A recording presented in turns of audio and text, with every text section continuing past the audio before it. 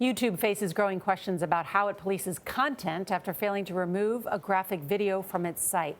Social media star Logan Paul apologized this week for posting a video to YouTube showing the body of an apparent suicide victim. It stayed on the site for at least 24 hours and was reportedly viewed more than 6 million times. Paul deleted the video after rising backlash and announced last night that he was taking a break. YouTube said in a statement, if a video is graphic, it can only remain on the site when supported by appropriate educational or documentary information. The company's CEO promised last month to increase its content moderator team to more than 10,000 people. This followed reports of disturbing videos targeted at kids. CBS News contributor Nicholas Thompson is editor-in-chief of Wired. Nick, good morning. Morning, Jeff. So more than 10,000 people, yet this video remained up on the site for at least 24 hours. And had 6 million people view it. So what we know happened is the video goes up on the site.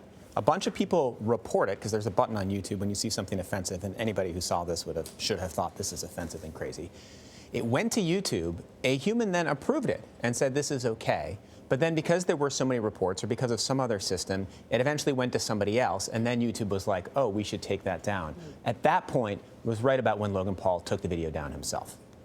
We talk about the people who are set to monitor this, right? Yeah. 10,000 folks monitoring videos, but there are over 400 hours of video shared on YouTube every minute. Yeah. That is daunting. Right. So there's this huge tension in all of these Silicon Valley companies, like whether they're a platform, which just allows people to publish whatever they want and there's no system to control it, or whether they're a publisher and they're more like CBS, where there are lots of people and their ethical standards and guidelines. And clearly there's somewhere in between. And so there's this big debate in Silicon Valley about where in the spectrum are you? Do you allow people to publish whatever you want and have limited looks at it?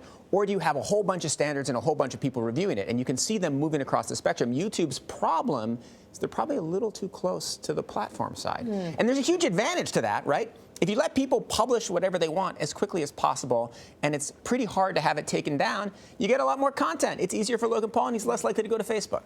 But how does that score with, the YouTube told us, quote, the company prohibits violent or gory content posted in a shocking, sensational, or disrespectful manner. As you say, this made it to a top trending list. Yeah. How does the company enforce the policies, even those that it does have? Right. So there is a policy. The policy is a good policy. They should probably have a stronger policy. The problem here is that this just got through, right?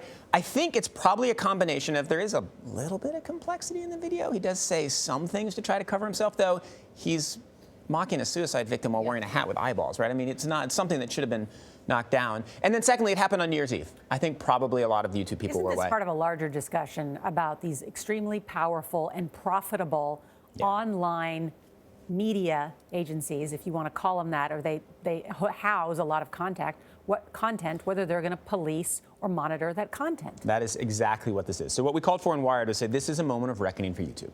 And YouTube should say, okay, we've had a guy who's popular among kids mocking suicide, right? You don't get worse than that. Yeah. And it got through for 24 hours. So we need to develop a system. YouTube needs to develop a system. It needs to have clearer rules. It probably needs to have more moderators. Maybe it needs to have more transparency about how the moderation works.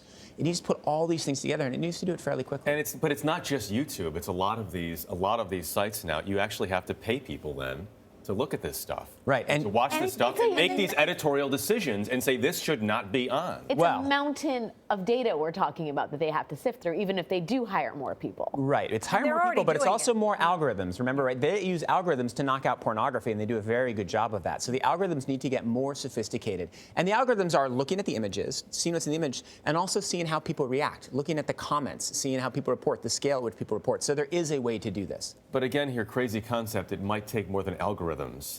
Right, it's going to take actually.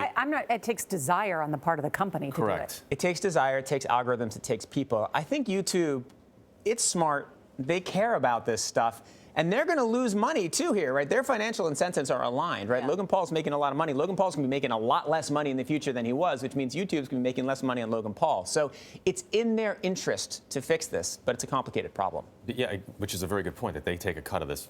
Of whatever money he makes. Right, he didn't make money on this video because he turned off ads, but in general, YouTube gets a cut of all the ads that appear on Logan Paul's stuff. Sometimes like 45%. Nick Thompson, thank you so much. Thank you.